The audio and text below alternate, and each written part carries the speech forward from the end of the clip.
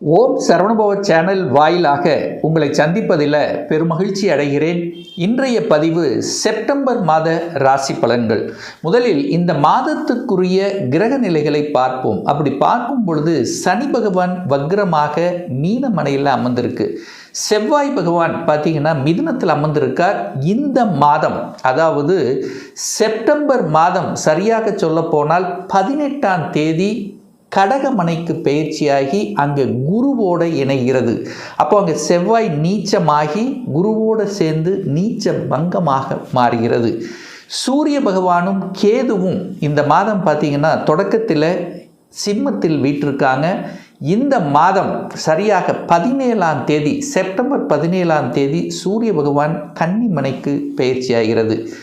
புதன் பகவான் எங்கே அமர்ந்திருக்கார் அப்படின்னா கன்னி மனையில் உச்ச பலத்தோடு அமர்ந்து இந்த மாதத்தினுடைய இறுதியில், அதாவது செப்டம்பர் மாதம் 26ஆம் தேதி துலாமனைக்கு பயிற்சியாகிறது.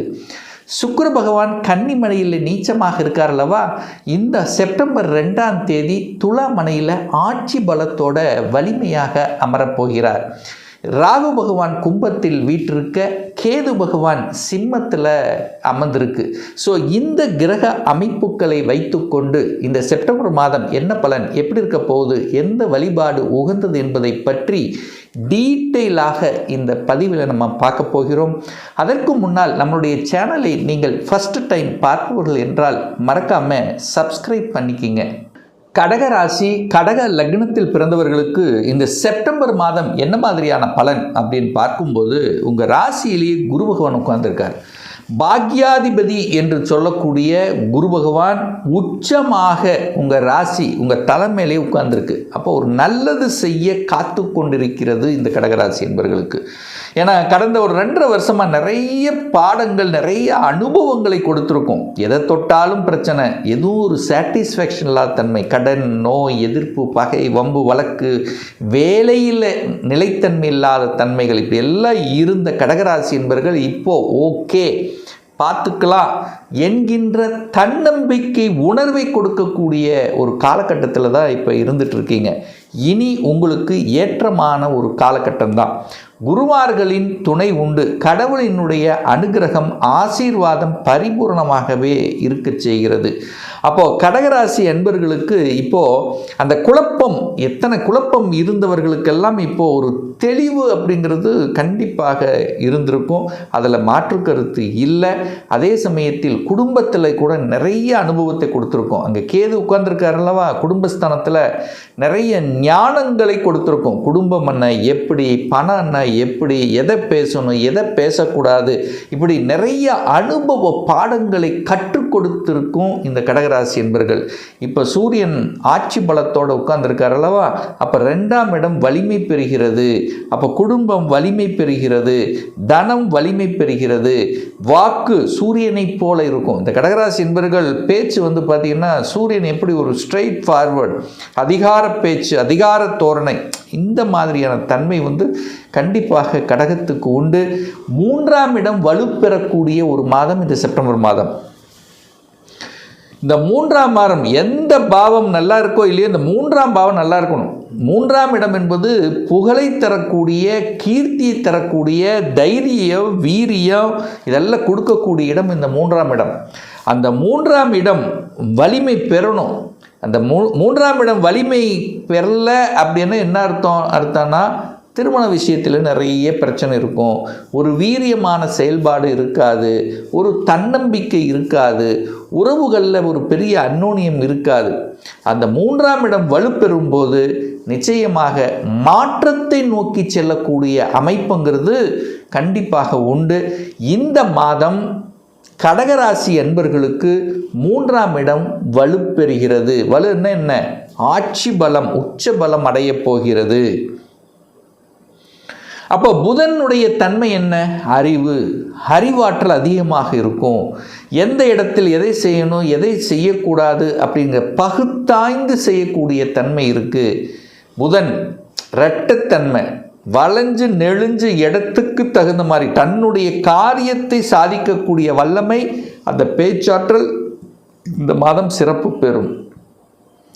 அந்த 3ஆம் இடம் என்பது விற்பனை, வியாபாரம், அந்த விற்பனை சம்பந்தப்பட்ட விஷயங்கள், வியாபாரம் சம்பந்தப்பட்ட அந்த நுணுக்கங்கள் எல்லாம் இந்த மாதம் நல்லா இருக்கும்.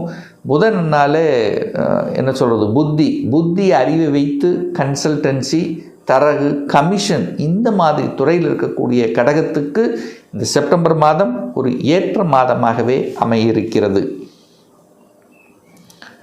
4ஆம் இடம், அதாவது சுகஸ்தானம் அப்படின்னு சொல்லுவோம். 4ஆம் இடம் சுகம், தாயை குறிக்கக்கூடிய இடம், வண்டி வாகனத்தை குறிக்கக்கூடிய இடம் அந்த 4ஆம் இடம். அந்த 4ஆம் அதிபதியாக இருக்கக்கூடிய சுக்கிரன் ஆட்சி பலம் அடைய போகிறார். எப்போ? இந்த செப்டம்பர் மாதம் 2ஆம் தேதி. அப்போ 4ஆம் அதிபதியும் வலிமை பெறுது. அப்போ தாய் வலிமை அடைகிறது, தாய்க்குள்ள பிரச்சனை தீரப்போகிறது, தாய்க்கினுடைய ஹெல்த் சார்ந்த விஷயத்திலிருந்து வந்ததெல்லாம் அப்படியே சரி செய்ய போகிறது. தாயினுடைய வர்க்கம் ரீதியில், சொத்து ரீதியில் உங்களுக்கு கிடைக்க போகிறது. தாயின் மூலமாக ஒரு மேன்மை தரக்கூடிய ஒரு மாதம் அப்படின்னு எடுத்துக்கலாம். 4ஆம் இடத்துல சுக்கிரன் திக்பலம் அடையுது. 4ல் சுக்கிரன் இருந்து திக்பலம். அப்போ சுக்கிரன் வலிமை பெறுகிறது. பெண்கள் மூலமாக அனுகூலம், ஆதாயம், காதலில் ஈடுபடக்கூடிய வாய்ப்புகள், சந்தர்ப்பங்கள். அதே சுக்கிரன் தான் அழகு சார்ந்த விஷயங்கள், கலைத்துறையில் ஈடுபடுத்தி கொள்வது, கலை சார்ந்த விஷயங்கள், டெக்ஸ்டைல் சம்பந்தப்பட்ட இதில் எல்லாம் இருக்கக்கூடியவர்களுக்கெல்லாம் இந்த மாதம் ஒரு அற்புதமான ஒரு மாதம். கலைத்துறையில் புதிய வாய்ப்புகள் கிடைக்கக்கூடிய ஒரு மாதமாக இந்த கடகராசி என்பவர்களுக்கு அமையப்பெறும். இடம், கண்டிப்பாக ஒரு இடத்தையோ ஒரு நிலத்தையோ ஒரு வீட்டையோ அதை வாங்கக்கூடிய யோகம் இந்த மாதம் உண்டு. அல்லது இதை வாங்கணும் அப்படிங்கிற அந்த எண்ணம் உங்களுக்கு ஆழமாக உங்கள் மனதில் உதயமாகவும், அது உங்கள் குடும்பத்தோட பேசி கலந்து ஆலோசனை செய்து அது அடுத்த நிலைக்கு செல்லக்கூடிய அமைப்புகளை உருவாக்கும். அதே சமயத்தில் இந்த வீடு கட்டுறது, ரியல் எஸ்டேட் சார்ந்த துறையில் இருக்கிறவங்களுக்கெல்லாம் சூப்பரான ஒரு மாதமாக அமையப்போகுது கடகத்துக்கு. 5ஆம் இடம் பூர்வ புண்ணியஸ்தானத்தின் அதிபதி, பஞ்சமஸ்தானத்தின் அதிபதி. 5ஆம் இடம் வலுப்பெறணும். 5ஆம் அதிபதி யார்? செவ்வாய் போய் 12ல் உட்கார்ந்துருக்கார். 5க்குரியவன் 12. குழந்தையை நினைத்து ஒரு வருத்தம் உங்கள் மனசில் இருந்ததுன்னா இந்த மாதம் 18ஆம் தேதிக்கு அப்புறம் சரியாயிடும். குழந்தை நினைச்சு என்ன மாதிரியான ஒரு மன வருத்தம் அல்லது ஏதாவது ஒன்று இது நடக்கலை அது நடக்கலைன்னு நினச்சிட்டு இருக்கிறீங்களோ அது அத்தனையும் இந்த மாதம் 18ஆம் தேதிக்கு அப்புறம் அது உங்களுக்கு சாத்தியமாகும். ஏன் எப்படி ஸ்ட்ராங்காக சொல்கிறேன் அப்படின்னா, 5ஆம் அதிபதியாக இருக்கக்கூடிய அந்த செவ்வாய் பகவான் உங்கள் ராசியில், உங்கள் ராசி தலை மேலே போய் அமர்ந்து கொண்டு அங்கே குருவோடு சேர்ந்துருக்கு. செவ்வாய் குரு சேரும்போது ஒரு யோகம்தான். அப்போது அந்த குரு உச்சமாக இருக்கார். பாக்யாதிபதியோடு 5ஆம் அதிபதி இணையுது. இது எவ்வளோ பெரிய ஒரு யோகம், அது உங்கள் ராசியிலேயே.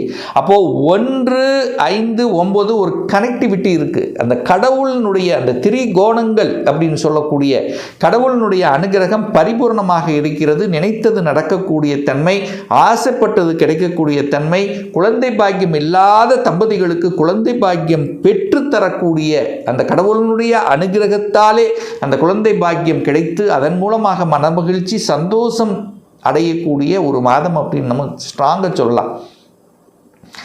அதிர்ஷ்டம் நிறைந்த உங்கள் மனசில் ஒன்று நினச்சிட்டு இருப்பீங்க பாருங்கள், ஒரு 2 மாதம் 3 மாதமாக இது நடக்கணும், இது இருந்தால் போதும், ஒரு வேலை இந்த வேலை கிடைக்கணும் என்று, அல்லது ஒரு ப்ரொமோஷன் கிடைக்கணும், ஒரு இடமாற்றம் கிடைக்கணும், ஒரு குழந்தை பாக்கியம் கிடைக்கணும், ஒரு பண வருவாய் கிடைக்கணும், ஒரு கொடுத்த பணம் திரும்பி வரணும், அல்லது ஒரு வீடு வாங்கணும். ஸோ இந்த மாதிரி உங்கள் மனசில் போட்டு அசை போயிட்டு கொண்டிருந்த, அதை நினைத்து இது நடக்கணும்னு நினச்சிட்டு இருந்த, நீங்கள் ஒரு கடவுளோட வேண்டிகிட்டு இருப்பீங்க பாருங்க, அது இந்த மாதம் நடக்கக்கூடிய அமைப்பு பரிபூர்ணமாக உண்டு அப்படிங்கிறத ஸ்ட்ராங்காக சொல்லலாம். 6ஆம் அதிபதி கடனை கொடுக்கக்கூடியவன், நோயை தரக்கூடியவன், 6க்குரியவன் எங்கே உட்கார்ந்துருக்கார்? உங்கள் ராசியிலேயே உட்கார்ந்துருக்கார். 6க்குரியவன் தனக்கு 8ல் உட்கார்ந்துருக்கார். அப்போ என்ன, சிலருக்கு பார்த்தீங்கன்னா வயிற்று சம்பந்தப்பட்ட, இந்த கொழுப்பு சம்பந்தப்பட்ட, வயிற்று சம்பந்தப்பட்ட, ஜீரணம் சம்பந்தப்பட்ட ஏதாவது ஒரு தொந்தரவுங்கிறது இந்த கடகத்துக்கு கண்டிப்பாக உண்டு. அதில் மாற்று கருத்துங்கிறது இல்லை. ஸோ அப்போ என்ன, சரியான உணவு கட்டுப்பாடு, உடற்பயிற்சி அவசியம் என்பதையும் புரிந்து கொள்ள வேண்டும். சார், சுப காரியங்களுக்கு ஏற்றதா? குரு 7ஆம் இடத்தை பார்க்குறார், குரு பலன் உண்டு. 7ஆம் அதிபதியையும் பார்க்கிறார். நிறைய கடகராசி என்பவர்களுக்கு இந்த வருடம் திருமண வருடமாகவே அமையப்போகுது. நிறைய தடைகள், நிறைய பிரச்சனைகள், திருமணம் ஆன பிறகும் சில பிரச்சனைகள், அந்த திருமணம் பந்தத்துக்குள்ளே இருந்து வந்த பிரச்சனைகள் எல்லாம் தீரக்கூடிய, ஒருவரைக்கொருவர் புரிந்து கொள்ளக்கூடிய, அந்த குடும்பம் சார்ந்த விஷயத்தில் இருந்து வந்த கருத்து வேற்றுமைகள் எல்லாம் விலகக்கூடிய ஒரு தொடக்கமாகவே இந்த செப்டம்பர் மாதம் அமையப்பெறுகிறது. சார், நிறைய பேர்த்துக்கு பார்த்திங்கன்னா அந்த வேலையில் பிரச்சனை இருந்தது பாருங்கள், அத்தனை முடிய போகுது. 10க்குரியவன் உங்கள் ராசியில் வந்து உட்கார போகிறார், குருவோடு சேரப்போகிறது. 9-10 கனெக்டிவிட்டி நிகழப்போகிறது. அப்போது 9ஆம் அதிபதியாக இருக்கக்கூடியவர் குரு பகவான், 10ஆம் அதிபதியாக இருக்கக்கூடிய செவ்வாய் உங்கள் ராசியில் வந்து உட்காரப்போகுது இந்த மாதம் 18ஆம் தேதி. அப்போ 9-10 சேர்ந்த என்ன, தர்ம கர்மாதிபதி யோகம். இது ஒரு யோகம், ஒரு அற்புதமான யோகம். நிறைய பேர் சொந்த தொழில் ஆரம்பிக்கிறது, சொந்த தொழில் இருந்து நஷ்டமானவர்கள் அல்லது பிரச்சனையாக இருக்கிறவங்க எல்லாம் சரி செய்யக்கூடிய, அதாவது இப்போ களை எடுக்கக்கூடிய, அப்படியே ஒரு மாற்றக்கூடிய, நிறைய ஸ்ட்ராட்டஜி பிளான் வகுக்கக்கூடிய அமைப்புங்கிறது இருக்குது. ஒரு தர்ம காரியங்களில் ஈடுபடக்கூடிய அமைப்பு பரிபூர்ணமாக உண்டு. நல்ல தெய்வ வழிபாடு. இந்த செப்டம்பர் மாதம் 5ஆம் தேதி சனிக்கிழமை அன்று சனி பகவானுடைய பிறந்த நாள், ஜெயந்தி வருது. அன்றைய தினம் நவகிரகத்தில் இருக்கக்கூடிய சனி பகவானை சென்று வழிபடுவது ரொம்ப நல்லது. யாரெல்லாம் வழிபடலாம்? திருமண தடை, கூட்டாளிகள் பிரச்சனை, தொழில் சரியாக அமையலை, வேலை சரியாக அமையலை, கடன் எதிர்ப்பு, பகை பிரச்சனை நிறைய ஓடிக்கொண்டிருக்கு. ஸோ இந்த மாதிரி இருக்கின்றவர்கள், சனி புத்தி உங்களுக்கு ஓடிட்டுருக்கு, வழிபடுவது உத்தமம். அதே போல் உங்களுக்கு யோகத்தை தரக்கூடியவன், ராஜ யோகத்தை தரக்கூடியவன் யாருன்னா செவ்வாய் தான். அந்த செவ்வாய் பகவானுடைய பிறந்த நாளும் இந்த மாதம் வருது. எப்போ வருது? 12/9/2026 சனிக்கிழமை என்று செவ்வாய் பகவானுடைய ஜெயந்தி வருது. அப்போது யாரெல்லாம் வழிபடலாம் அப்படின்னா, குழந்தை பாக்கியம் இல்லாதவர்கள், ஒரு அதிர்ஷ்டம் கிடைக்கவே இல்லை, லக்கே இல்லை அப்படின்னு நினைக்கிறவங்க, தொழில் விஷயத்தில் பல பிரச்சனைகளை சந்தித்து கொண்டிருக்கின்றவர்கள், ஒரு வேலை அமையலை, தொழில் அமையலை அப்படின்னு நினச்சிட்ருக்கிறவங்க, திருமணம் நடக்கலை, ஒரு மங்களகரமான விஷயங்கள் தம்முடைய குடும்பத்தில் நடக்கலை அப்படின்னு நினச்சிட்ருக்கிறவங்க, ஒரு இடம் வாங்க முடியல, வீடு வாங்க முடியல அப்படி நினைத்து கொண்டு இருக்கக்கூடியவர்கள் அன்றைய தினம் சென்று நவகிரகத்தில் இருக்கக்கூடிய செவ்வாய் பகவான் அல்லது முருகப்பெருமானை வழிபடுவது ரொம்ப நல்லது. இன்னும் ஒரு துல்லிய பலன், உங்கள் ஜாதகத்தில் கிரகங்கள் எப்படி இருக்குது, என்ன மாதிரியான ஆதிபத்தியம் பெற்றிருக்கு, கிரகங்கள் ஆட்சி பலம், உச்ச பலம், திக்பலம், இந்த மாதிரி பலங்களை பெற்று வலிமையாக இருக்கா, என்ன டிகிரியில் அமைந்திருக்கு, இப்போ நடக்கக்கூடிய தசாநாதன், புத்திநாதன், அந்தரநாதன், சூட்சமநாதன் எப்படி இருக்குது என்பதை பொறுத்து நீங்கள் கேட்கக்கூடிய எந்த கேள்வியாக இருந்தாலும் சரி, சொந்த தொழில் செய்வதற்குண்டான கொடுப்பினை இருக்கா, அப்படி இருக்கக்கூடிய பட்சத்தில் எப்போ நம்ம சொந்த தொழிலை ஆரம்பிக்கலாம், திருமணம் எப்போ நடக்கும், தடைப்பட்டு கொண்டே இருக்குது, எப்போ சார் திருமணம் நடக்கும், குழந்தை பாக்கியம் எப்போ கிடைக்கும், எப்போ நான் வீடு கட்டுவேன், எப்போ எனக்கு ப்ரமோஷன் கிடைக்கும், இது போன்ற கேள்விகளுக்கு துல்லியமான பதிலை நம்மால் கூற முடியும். ஒரு பர்சனல் கன்சல்டேஷன் எடுத்துக்கணும், ஒரு சுயஜாதகம் பார்க்கணும் என்று விருப்பப்படக்கூடிய அன்பர்கள் டிஸ்பிளே தெரியக்கூடிய நம்பருக்கு வாட்ஸ்அப் மூலியமாகவோ ஃபோன் கால் மூலியமாகவோ தொடர்பு கொண்டு அப்பாயின்மெண்ட் பெற்றுக்கொண்டு நேரடியாகவோ அல்லது ஆன்லைன் மூலமாகவோ கன்சல்டேஷன் எடுத்துக்கலாம். நம்மளுடைய அலுவலகம் கோயம்புத்தூரில் அமைந்துள்ளது. அதாவது கோயம்புத்தூரிலிருந்து மேட்டுப்பாளையம் செல்லும் வழியில் வெள்ளக்கிணர் பிரிவு அன்னபூர்ணா ஹோட்டலுக்கு அருகாமையில் அமைந்துள்ளது. பிரியர் அப்பாயின்மெண்ட் பெற்றுக்கொண்டு நேரடியாக கன்சல்டேஷன் எடுத்துக்கலாம். இந்த நிச்சயமாக இந்த பதிவு உங்களுக்கு யூஸ்ஃபுல்லாக இருக்குங்கிறதுல மாற்று கருத்து கிடையாது. மீண்டும் ஒரு நல்ல பதிவில் உங்களை சந்திக்கும் வரை உங்களிடமிருந்து விடைபெறுவது உங்கள் அஸ்ட்ராலஜர் டாக்டர் சதீஷ்.